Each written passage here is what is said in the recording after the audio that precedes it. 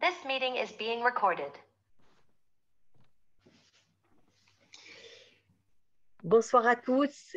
Merci d'être toujours présents à ce rendez-vous hebdomadaire sur la Parashat Hashavua, issu des enseignements du Rav Sacks. Je remercie encore et encore Alain Rivlin d'accepter avec toujours beaucoup de réactivité et de gentillesse de nous offrir des éclairages toujours passionnants et précis. Donc, je te passe la parole tout de suite, Alain.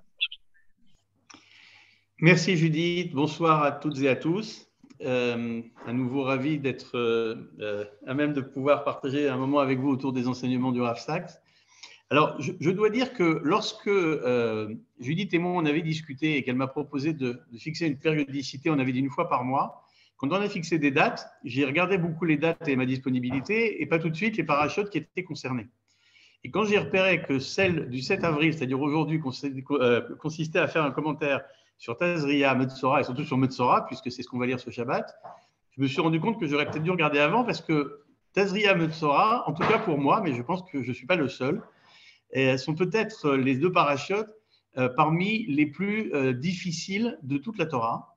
Et du coup, je remercie Judith parce qu'à cette occasion-là, parce que j'avais pris cet engagement, ça m'a amené à étudier la paracha de Metzora, mais aussi celle de Tazria, plus que je ne l'avais jamais fait dans ma vie. Et pour une première fois, enfin, et grâce à la lecture de multiples enseignements du Rav Sacks, notamment évidemment, d'apprendre des choses lumineuses, en réalité, sur ce que nous enseignent ces deux parachiotes.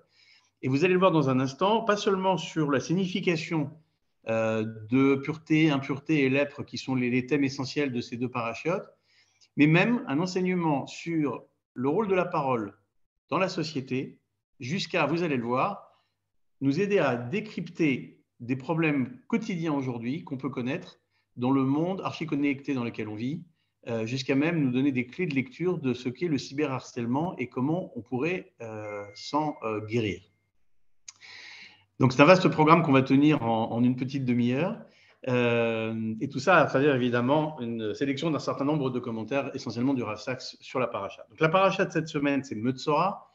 On a l'habitude de lier celle de la semaine dernière, Tazria, avec la prochaine Metzora, d'abord parce qu'elles sont souvent lues ensemble de manière jumelée, pas cette année puisqu'on était une année à 13 mois et que donc on a étalé les parachas, mais aussi parce qu'elles sont très liées par leur thème. Tazria et Metzora parlent en général de pureté et d'impureté, et en particulier de cette chose très bizarre qui s'appelle la tsaraat, qui a été traduite par lèpre, et on va y revenir, mais qui ne correspond pas du tout à la maladie qu'on connaît sous ce nom-là. Et donc ce thème-là est transversal sur les deux parachiotes. Elle commence même encore un peu avant, dans la paracha qui précède celle de Tazria, et on va même encore un peu avoir des références à l'idée d'impureté dans Acharemot. Mais en gros, ces deux parachutes, Tazria et Metzora, portent le thème de la pureté de l'impureté et surtout de la lèpre. À la fois la lèpre sur ses occurrences, c'est-à-dire quand est-ce qu'elle apparaît, comment on la diagnostique et comment elle est traitée. Alors dit comme ça, effectivement, on pourrait se dire il s'agit bien d'une maladie.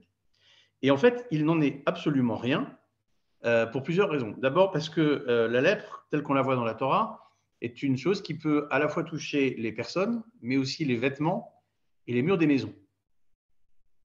La deuxième chose, c'est que la manière de traiter la lèpre, si on peut le dire, ou la tsaraat, en tout cas dans la Torah, c'est par le Kohen. Kohen, ce n'est pas un médecin. Le Kohen, c'est quelqu'un qui est capable de purifier, mais pas...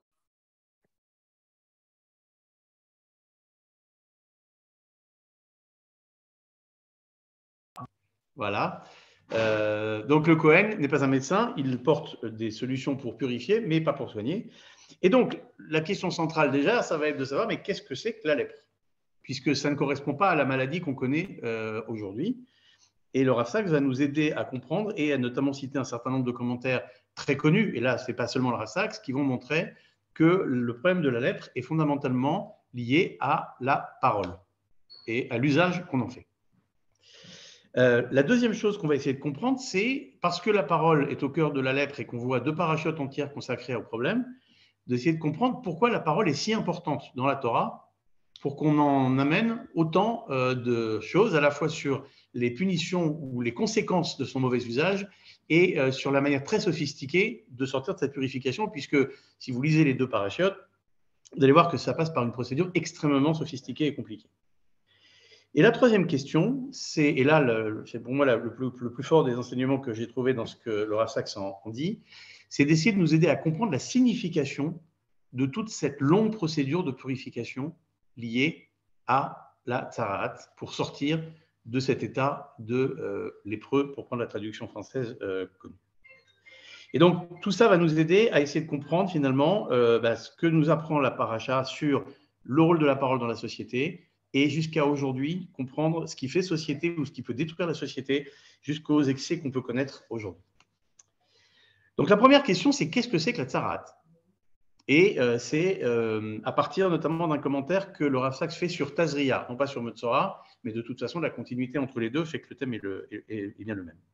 D'abord, pour éliminer la question, pourquoi ça s'appelle la lèpre en français? La réponse, c'est la raison historique, c'est que lorsque le Tanakh, la Bible, a été traduite en grec au IIIe siècle avant l'ère chrétienne, dans ce qu'on appelle la Septante, c'est le mot le plus proche qu'ont trouvé les traducteurs pour rendre compte de cette idée de tzaraat, qui n'a pas d'équivalent dans la vie qu'on connaît. Alors effectivement, quand on regarde des symptômes de ce qu'est la lèpre, on peut comprendre qu'ils aient eu cette idée-là, parce que l'apparition de la tzaraat dans la Torah se fait soit par un blanchiment de la peau et une perte de cheveux, mais aussi très souvent par des sortes de petits creux, de petits trous qui se creusent ou dans la peau ou dans les vêtements ou sur les murs, qui peuvent être comme ça des petits creux et qui changent de couleur, dans des couleurs qui ressemblent un peu à ce que peuvent être les plaies que la lèpre fait, la maladie cette fois, fait sur la peau. Donc, il est compréhensible qu'ils aient cherché par là pour trouver un mot qui rappelle le plus possible ce que peut être la lèpre, parce que certaines conséquences décrites dans la Torah de la lèpre physiquement ont l'air un peu de ressembler à celles de la vraie maladie. Mais ça s'arrête là. Et puis par ailleurs, comme on l'a dit tout à l'heure, ça n'est pas une maladie. Les maladies, ça ne touche pas les vêtements et les murs. Et le Kohen n'est pas un médecin. Et pour nous aider à comprendre ce que la lèpre signifie vraiment, le Rav Saks nous apporte deux clés, essentiellement. La première, c'est une remarque qu'il fait en disant le siège de la tzaraat, l'endroit où la tzaraat peut se produire, il y en a trois. Il y a la peau de l'homme, notre peau, les vêtements et les murs des maisons.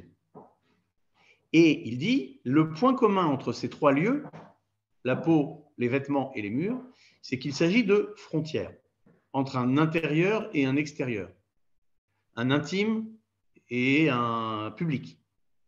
Et donc, il doit y avoir quelque chose autour de la lèpre qui donne une idée de cette opposition entre intériorité et extériorité. Premier indice.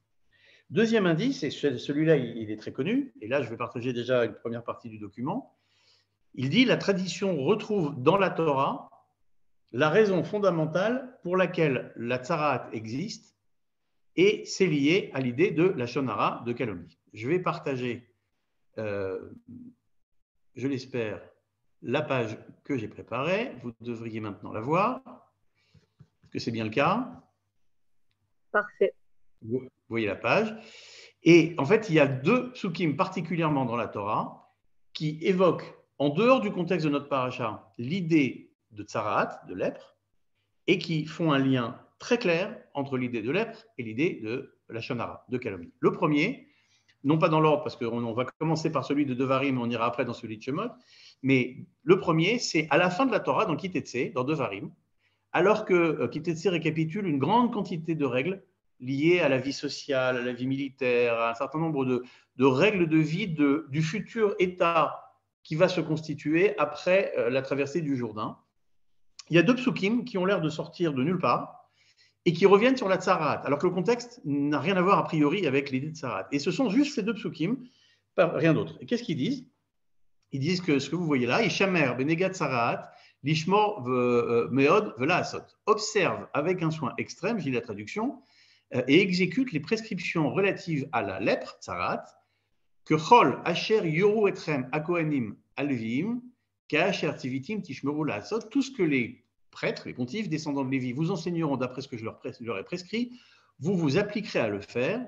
Et verset suivant, Zachor et Asher Asa Hashem Elokecha le Myriam, rappelle, souviens-toi, ce que Dieu a fait à Myriam, Betsetrem, dans le chemin lorsque vous êtes sortis d'Égypte. De quoi s'agit-il? Il s'agit de la lèpre qui a touché Myriam lorsqu'elle avait dit du mal de son frère Moshe.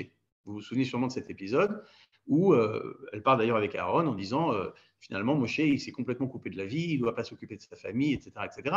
Et Myriam a été touchée par la lettre. Donc la Torah nous dit ici, dans Dvarim à la fin, où elle revient sur un certain nombre de règles qui ont quelquefois pu être évoquées avant, rappelez-vous de la lettre, et d'ailleurs, rappelez-vous ce que Dieu a fait à Myriam. Donc les commentateurs ont tous réagi en disant, si on donne aussi peu de détails sur la lettre, et que l'argument qui est donné, c'est d'ailleurs, souvenez-vous ce qu'on a fait à Myriam, c'est qu'il y a un lien clair entre la lèpre, la tsarat dont on peut souffrir, et le fait d'avoir calomnie. Il y a une confirmation de ça à travers une deuxième source, cette fois qui est plus tôt, qui est dans Shemot. Et vous vous souvenez, c'est l'épisode du buisson ardent, où Akadosh Baruch Hu va donner un certain nombre de signes à Moshe. Ce n'est pas présenté forcément comme une punition, mais plutôt comme des signes lorsque Moshe Rabbeinu a du mal à être convaincu de l'opportunité ou de la capacité qu'il aurait à aller vraiment porter la parole que Akadosh Baruch Hu lui demande de porter. Et le verset donc, 6 du chapitre 4 dit « Vayomer Hashem lo od ava na yadecha bechekecha » Dieu lui dit « Mets ta main dans ton sein, sur ta poitrine. » Vayave yado becheko, il a mis sa main sur sa poitrine. Vayotzia vehine yado metzorat kashaleg. Et voici qu'il la retire et qu'elle était lépreuse, blanche comme la neige. Et Rashi commente sur ce verset, vous avez le commentaire juste en dessous. Derer tsarat liyot levana, effectivement, c'est bien la nature de la lèpre d'être blanche. En fait, ce n'est pas la seule couleur qu'elle peut prendre, mais elle peut prendre notamment cette couleur-là, comme d'ailleurs c'est cité dans notre verset, de la paracha. Af beodze ramazlo chez lachonara chez siper beomro lo yaaminu. Et en fait, ce commentaire de Rashi qui dit, par ce signe-là, le signe de la lèpre sur sa main, il lui a fait une sorte d'allusion au lachonara qu'il avait dit lui-même lorsqu'il a dit « Lo ya'aminu, ils ne me croiront pas ». C'est Moshe qui a dit à Kadosh Baruch Hu « C'est pas la peine que j'aille parler au peuple juif, ils ne me croiront pas ». Donc voilà pour la principale manière de démontrer à quel point le cœur même de l'idée de tsarat, de lèpre, est lié au lachon hara. L'exemple de Myriam, l'exemple de Moshe, c'est des raccourcis que la Torah fait pour dire vous allez avoir 2 parachotes entières d'explications sur ce que peut être la tsarat, mais l'essentiel vient à ça, l'usage de la parole lorsqu'il est mal fait, lorsque c'est du lachon hara, de la calomnie. Donc voilà, en quelque sorte, le cœur du sujet défini. On parle de tsarat comme étant un endroit, une plaie qui va se mettre à des lieux frontières entre l'intérieur et l'extérieur et qui est fondamentalement lié à l'usage de la parole. Deuxième question maintenant que pose le Rav Saks, c'est avant même de comprendre ce que peut signifier la procédure pour s'en purifier, qu'est-ce que ça nous apprend? La question de base est déjà de savoir pourquoi la parole est si importante. Après tout, le petit gossip quotidien qu'on peut faire, il y a même c'est de l'humour Chabad, mais j'ai entendu des Chabad me dire une expression qui disent lachon hara onek Shabbat, c'est-à-dire le petit plaisir de papoter et de dire allez des petites choses pas si graves que ça sur autrui dans des conversations familiales ou amicales comme ça, finalement c'est pas si grave. En quoi la parole est tellement importante dans le judaïsme? Et ça, c'est une question qui va être particulièrement aggravée par la manière dont la Gemara en parle. Et là, il y a des pages entières en fait d'explications dans la Gemara sur les conséquences néfastes de la parole. Et pour vous en donner 2 qui sont cités par le Rav Saks, qui sont dans la Masechet Arachin et qui elle, est pas mal consacrée à cette question. 2 petits paragraphes d'Arachin pour donner une idée de la puissance que représente le lachon hara. Page 15b d'Arachin. Tana de Rabbi Ishmael, l'école de Rabbi Ishmael nous enseignait Kolam Saper lachon hara, toute personne qui fait du lachon hara, Magdi Lavonot, que Neged Shalosh Averot, augmente ses fautes, comme l'équivalent de 3 autres fautes cumulées que sont Avodat Kochavim, l'idolâtrie, Giloui Arayot, le fait de transgresser les interdits sexuels, ou Shfichut Damim, le fait de faire couler le sang, le meurtre. Autrement dit, là, ici, on nous enseigne que c'est aussi grave de faire du lachon hara que de faire à la fois l'idolâtrie, la débauche sexuelle et le meurtre. C'est quand même très, très violent. Et comme on le sait, il y a une Zerachava, comme on dit, c'est-à-dire qu'il y a deux versets, on ne va pas rentrer dans le détail, mais il y a deux versets, un qui parle du Lachon Hara dans les psaumes et un qui parle d'idolâtrie dans Shemot, qui utilise le même mot Gedolah, et dans certains cas, les enseignements des rabbinim font que le même mot utilisé dans deux contextes différents rapproche les deux en disant que finalement, les conséquences de l'un sont les mêmes que les conséquences de l'autre.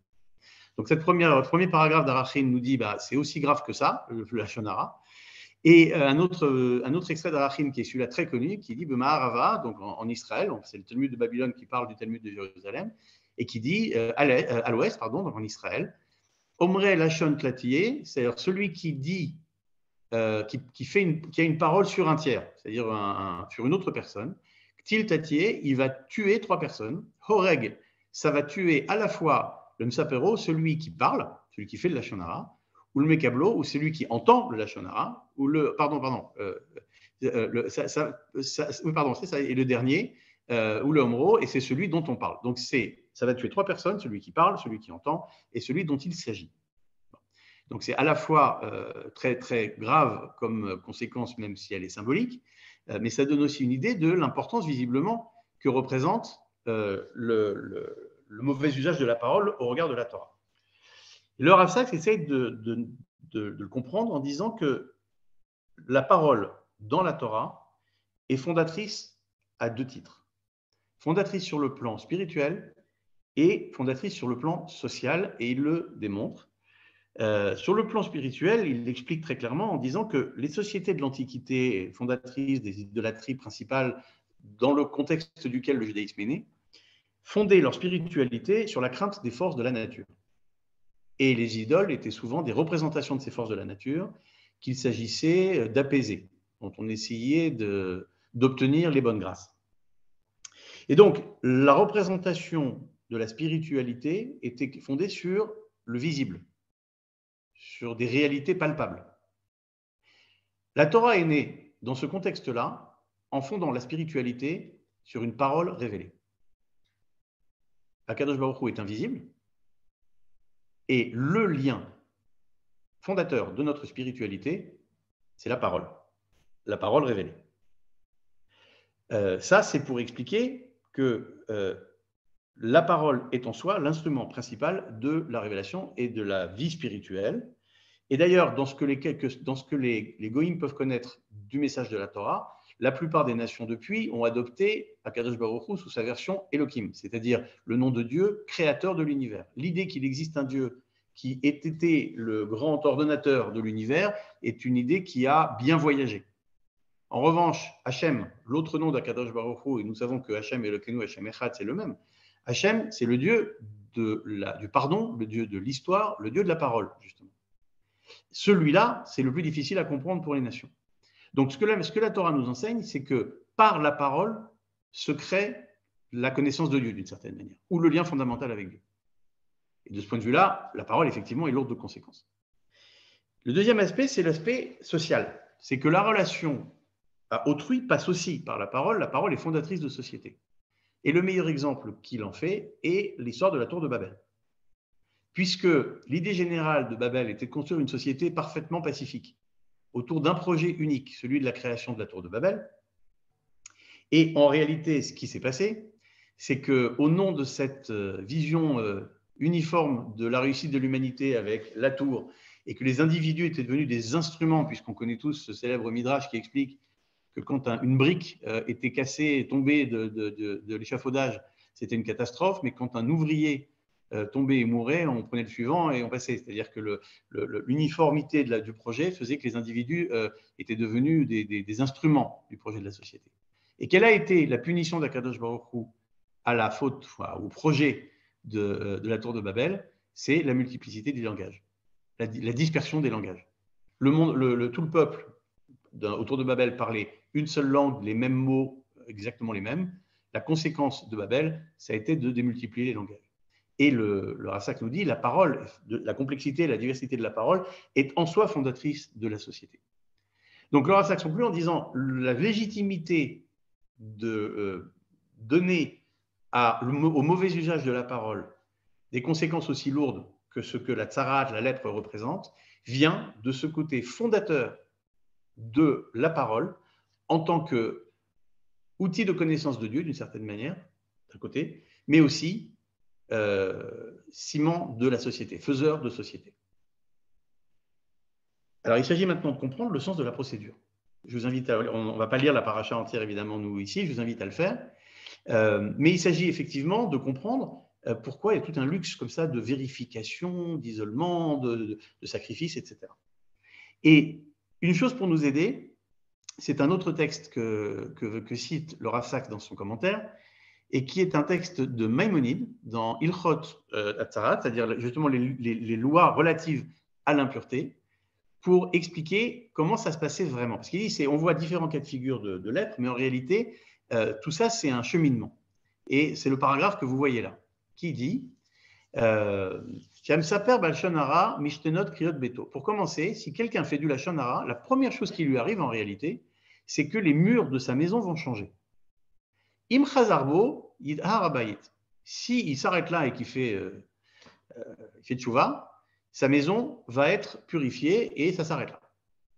Im amad berisho, mais s'il continue, il est constant dans son erreur, dans son mal, ad she'atat sabayit, jusqu'à ce que sa maison soit démolie, Mishnataim Keli.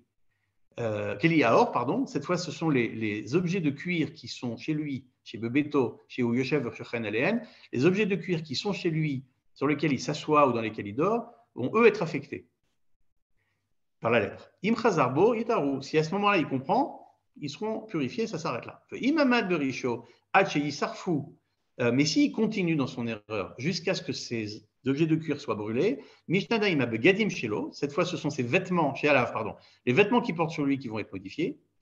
Im Chazarbo, s'il s'arrête là, Itaru, ils seront purifiés. Im Amad Berisho, mais s'il continue dans son erreur, Hache Yisarfu Mishtane Oro, jusqu'à ce qu'on brûle les vêtements, cette fois c'est sa peau qui va être transformée, touchée, et qui va avoir la tsarat. Veye mifdal ou mefursam levado ad shelo yetasek besichat arshaim shehu aletsanot velashon hara. Et là, c'est sa peau qui va souffrir un changement et il va être mis de côté, exposé tout seul, de telle sorte qu'il ne puisse plus faire de lashon hara jusqu'à ce qu'il comprenne en fait. Et le lashon hara, c'est toute la moquerie et les mauvaises paroles. Donc en fait, ce que nous explique Maïmonide, c'est qu'il faut lire la paracha comme étant un enchaînement d'attaques progressives de la tsarat en réalité. Ce n'est pas trois cas de figure différents. En fait, c'est quand quelqu'un fait du lashon hara, il lui arrive d'abord des choses bizarres sur les murs de sa maison. S'il ne comprend pas, ça sera sur les objets en cuir. S'il ne comprend pas, ça sera sur les vêtements. S'il ne comprend toujours pas, ça sera sur lui. Et vous remarquerez d'ailleurs que l'ordre dans lequel ça arrive aux gens est l'inverse de celui dans lequel on entend en fait parler de la tsarat dans la Torah. On entend d'abord parler de la peau et ça se termine par la maison. Et ce que nous dit Maïmonide, c'est que en fait, la réalité, c'est que ça se passait comme ça. Les individus étaient touchés par la lettre de manière progressive, du plus loin au plus près de leur être, en quelque sorte. Bon. Et ce que, en fait, nous explique le Rav Saks, c'est que le cœur de la punition ou de la procédure de rétablissement de la tsarat a pour but, en fait, de répondre à la nature même ou au cœur même de ce qui a provoqué, en réalité, la faute. Le fauteur, c'est quelqu'un qui a fait du lashon hara. Donc, c'est quelqu'un qui a profité en quelque sorte d'un lien social qu'il avait pour dire du mal et en général des informations vraies. Il ne s'agit pas de mentir, il s'agit de dire quelque chose de vrai, mais de médisant sur quelqu'un. Et ce que nous explique le Rav Saks, c'est que le cœur même de la punition consiste à rendre public le fauteur et à l'isoler de la société jusqu'à ce qu'il ait compris à quel point ce qu'il faisait était destructeur. Et c'est là qu'il fait un lien avec l'idée de la société hyper connectée dans laquelle nous vivons. Le fait d'avoir par Internet accès à la connaissance universelle à portée de la main et gratuitement, et le fait d'avoir accès à toute l'humanité gratuitement et de manière immédiate est en soi un gain considérable et c'est un lieu commun de le dire.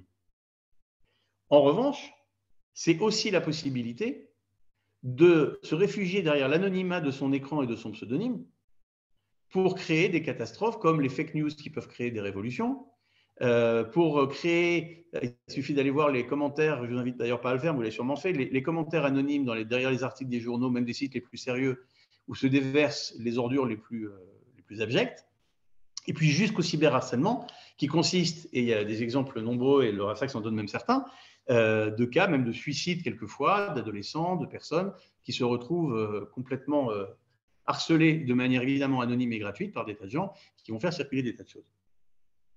Et donc l'idée qu'à l'anonymat et au côté destructeur de la parole du Lachon Hara, la procédure vient de répondre au fait de rendre public celui qui essayait d'être anonyme derrière son Lachon Hara et de l'isoler du monde pour le couper de l'accès auquel l'accès qu'il avait pour diffuser son message, est une manière de nous faire comprendre que, en quelque sorte, la publicité répond à l'anonymat, l'isolement répond à l'accès universel, et que, concrètement, la loi de Tzaraat crée les conditions d'une société qui peut être juste avec la parole.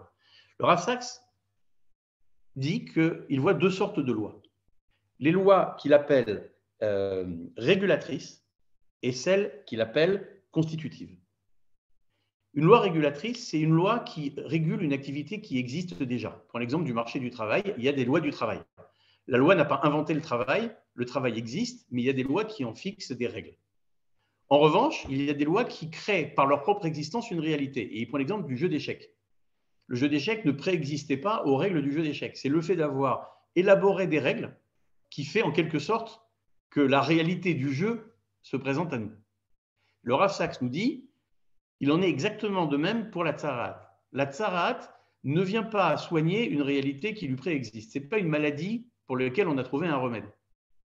Mais le fait d'avoir créé les règles de Tzaraat, c'est-à-dire de faire en sorte que celui qui est fautif de la Lachon Hara soit conscient en réalité de l'extrême gravité de ce qu'il fait par ce que représente la parole elle-même, qui peut être créatrice de liens avec Akadosh Baruch Hu et créatrice de société, mais également destructrice.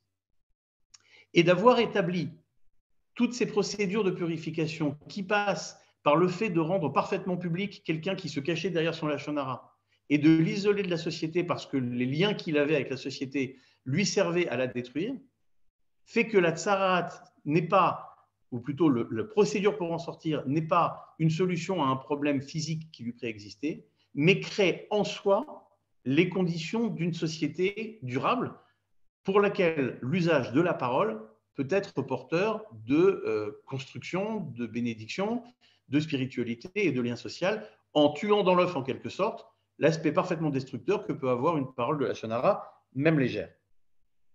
Donc la punition nous rappelle que la fonction de la parole n'est pas limitée à celle d'échanger des informations, mais que la parole fait société. Il y a beaucoup de choses dans ce qu'on dit qui sont de l'ordre de l'empathie. Quand on rencontre quelqu'un et qu'on lui demande comment il va, le but n'est pas d'avoir un rapport médical sur sa situation détaillée. Le but est de faire société. Donc l'usage de la parole est autant fait pour être un tissu social que pour être un vecteur d'information. Et donc ça nous rappelle ce rôle fondamental de la parole, à la fois sur le plan spirituel et sur le plan social.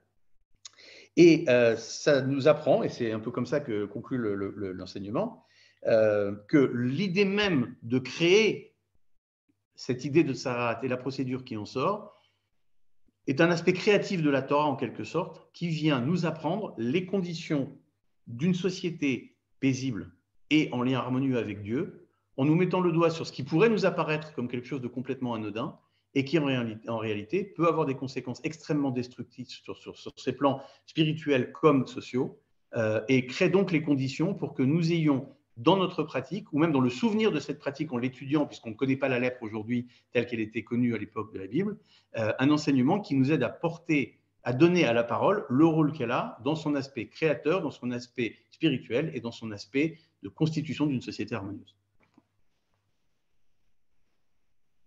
Je vous remercie. Merci beaucoup, Alain. Toujours aussi limpide et ample. Alors, j'ai une petite question qui a trait aux sources que tu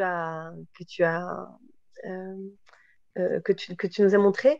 C'est ce zécher de se souvenir de ce qu'a fait Myriam, qu'on rappelle. C'est-à-dire déjà dans Shemot, c'est ça, oui, dans Shemot.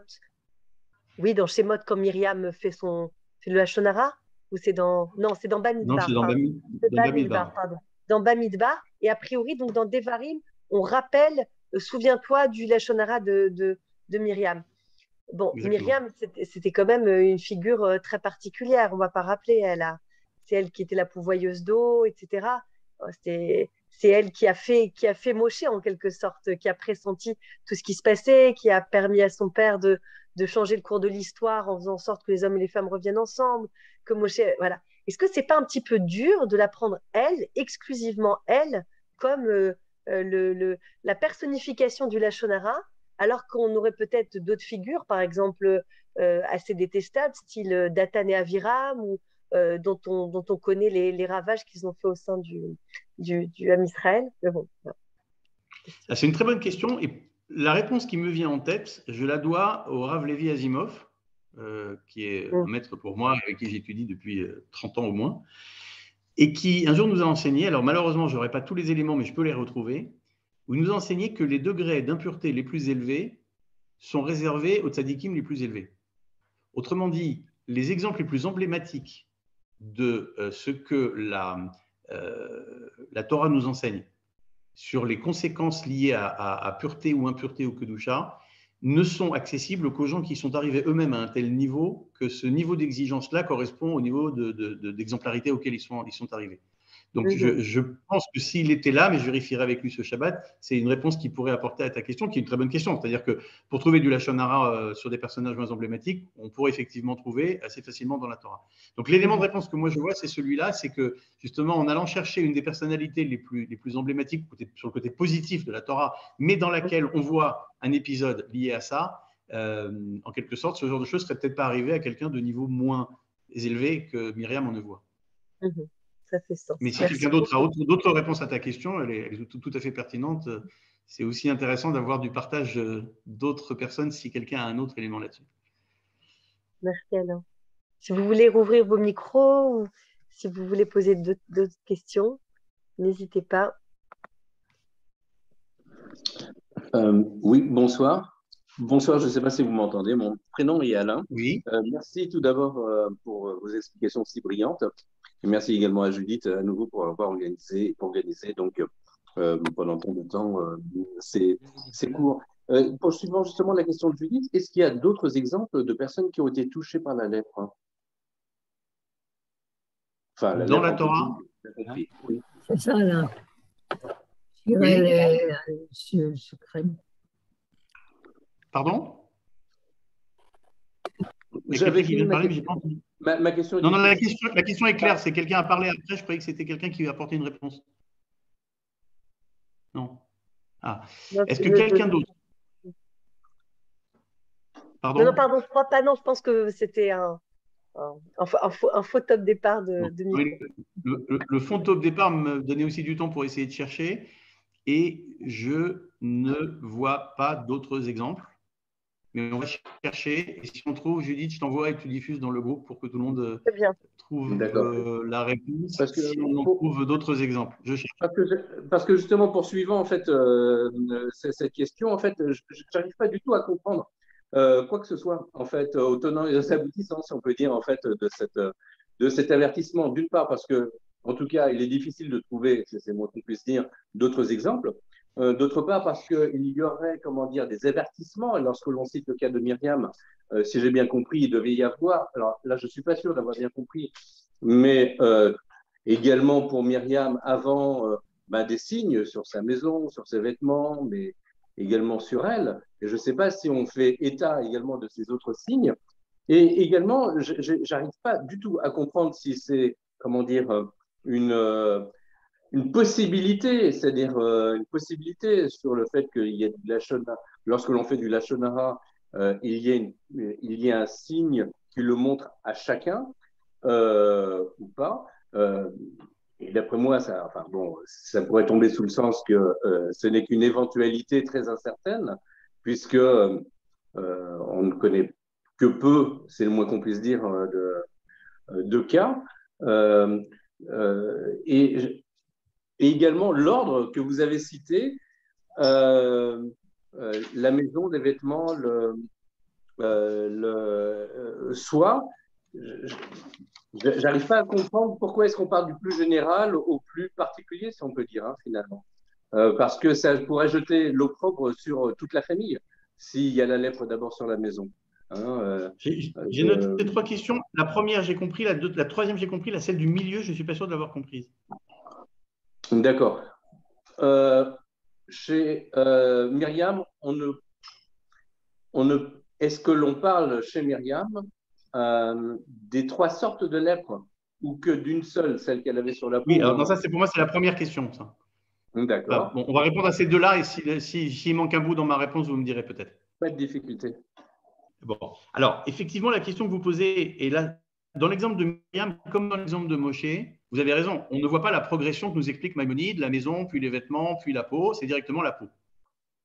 Et à cette question-là, je connais une réponse qui vient du Rav Munk dans le Kol HaTorah, parce qu'il pose la question en disant, mais si Maïmonide nous explique que c'est la maison, puis le cuir, puis les vêtements, puis la peau, lui, la question qu'il pose, c'est pourquoi la Torah présente le truc à l'envers? Parce que si vous regardez bien, la Metzara, c'est la peau, puis les vêtements, puis la maison, alors que c'est censé être la maison, puis les vêtements, puis la peau. Et donc il dit, c'est pas normal. Si vraiment c'est dans cet ordre-là, ou Maïmonide aurait dû rapporter l'ordre de la Torah, ou la Torah nous fait un ordre inverse pour nous apprendre quelque chose. Et la réponse qu'il apporte est de dire, ce que ça nous enseigne, c'est que, dans le fond, la vraie punition, c'est la peau et seulement la peau. C'est la personne au plus proche de son intimité, en gros son intériorité personnelle, qui a un problème vis-à-vis de l'extérieur. Il a une conception d'autrui, de la relation, etc., qui est destructrice par rapport au monde, et le siège réel de la lèpre devrait être la peau. Mais que Akadosh Baruch Hu, dans sa mansuétude, a créé une sorte de processus pédagogique pour lui faire comprendre d'abord loin, on est toujours dans son intériorité, mais dans une intériorité qui va se resserrer de plus en plus. Sa maison, ses vêtements, sa peau. Donc, ça se rapproche. On est toujours dans le thème de moi et l'extérieur. Simplement, commentaire du Rav Munk, la Torah a voulu en quelque sorte faire preuve de mansuétude en disant avant que tu sois touché au cœur de ta personne, on va d'abord te donner des signes qui sont déjà chez toi, mais chez toi de manière un peu moins proche. Du coup, on peut imaginer que pour Myriam comme pour Moshe Rabbeinu, on n'en est pas encore à ce stade de la pédagogie, qu'on parle parmi les plus grands personnages de la Torah, et que ça c'est moi qui le dis, mais que la plaie directement sur la peau soit une manière d'aller à l'essentiel, parce que comme le Rav Munk nous le dit, le vrai siège de la lèpre devrait être la peau et seulement la peau. Et du coup, pourquoi, c'était votre troisième question, pourquoi cette progression maison, vêtements, peau? C'est en fait la même réponse que je ferais, c'est-à-dire que ce que nous enseigne ici ce commentaire-là, c'est qu'Akadosh Baruch Hu a voulu en quelque sorte qu'on ait une sorte de système de sensibilisation progressive et seulement de punition de plus en plus forte, si, comme le dit Maïmonide, il n'y a pas de prise de conscience à chaque étape, on va finir par aller à l'essentiel, c'est-à-dire toucher la personne. D'accord, ok. Bon, on aurait pu, effectivement, tout est question d'interprétation, parce qu'effectivement, on pourrait comprendre que c'est la progression inverse qui aurait peut-être une certaine logique. C'est-à-dire que lorsque ça touche la peau, ben, c'est la seule, à la limite, c'est la personne qui le comprend directement, mais lorsque ça touche les vêtements, c'est les autres qui le voient également. Et lorsque ça touche la maison, c'est toute la famille qui est touchée quelque part, sur lequel est jeté l'opprobre. Donc, on aurait pu également penser, bon, voilà, que et c'est une objection. pourrait être également, voilà, beaucoup plus forte dans le sens inverse, mais je ne sais pas. Voilà. Pas d'autres remarques ni questions. Juste.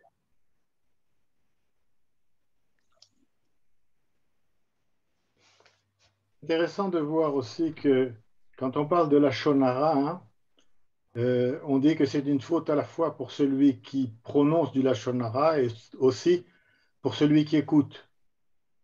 Mais dans le cas de la tsarat, ça ne touche que celui qui parle. Au regard de la conséquence qu'on voit dans la Torah. Mais la Gemara explique quand même, comme on l'a vu dans Arachin, que symboliquement, ça tue celui qui parle, celui qui écoute et celui dont il est question de la même manière. Donc on entend les deux messages en fait. Mais c'est vrai que celui qui a entendu n'a pas en soi de conséquences particulières. La lèpre est pour celui qui parle. C'est vrai. D'ailleurs, Aaron n'a pas été puni, Alain.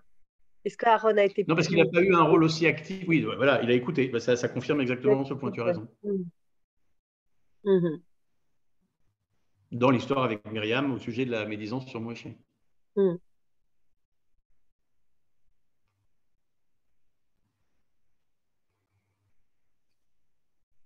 Bon, bah écoutez, on va se souhaiter Shabbat Shalom. Merci beaucoup, Alain. Avec plaisir. Aussi intéressant. Et écoutez, la semaine prochaine, on aura alors 2 shiurim en prévision de Pessah. Un mardi soir qui sera donné par Shlomo Brodovitch d'Israël sur un des textes du Rav Saks qui est tiré de la Haggadah, que je vous invite à vous procurer. Si vous lisez bien l'anglais, ou il est peut-être traduit aussi en ivrite en Israël. C'est une Haggadah magnifique avec des très très beaux commentaires. Vraiment, on la garde du début jusqu'à la fin de la fête. Et jeudi prochain, on sera peut-être chacun dans les derniers préparatifs ou ménages, mais Jérémie Haddad se propose aussi de faire une demi-heure de cours pré-Pessah. Voilà. Merci de votre présence et on se dit à bientôt. Et donc, si tu as d'autres éléments, Alain, sait-on jamais, tu me les transmets et je les transmets à tout le monde sur le groupe. Très bien. Shabbat Shalom. Au revoir. Shabbat Shalom. Très bien.